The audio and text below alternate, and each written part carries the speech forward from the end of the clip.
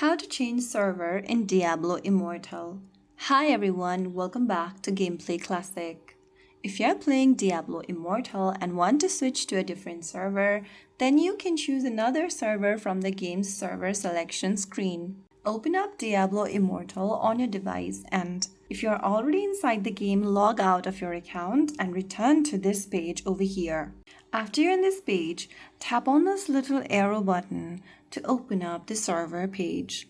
Once you're in this page, look for the server, browse through the available servers on the screen and select the server you want to join. After choosing the server, tap on the screen to open up the game.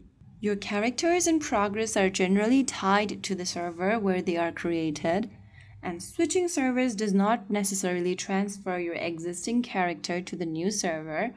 If you want to continue your existing character, make sure to choose the server where that character was created. Now, after choosing the new server, you'll need to start the game all over again. But if you have previously saved the changes, you will be able to select the server from where you have left off. So that is how it's done. If you found the video helpful, don't forget to like, share, and subscribe to our channel. I will see you again in the next video.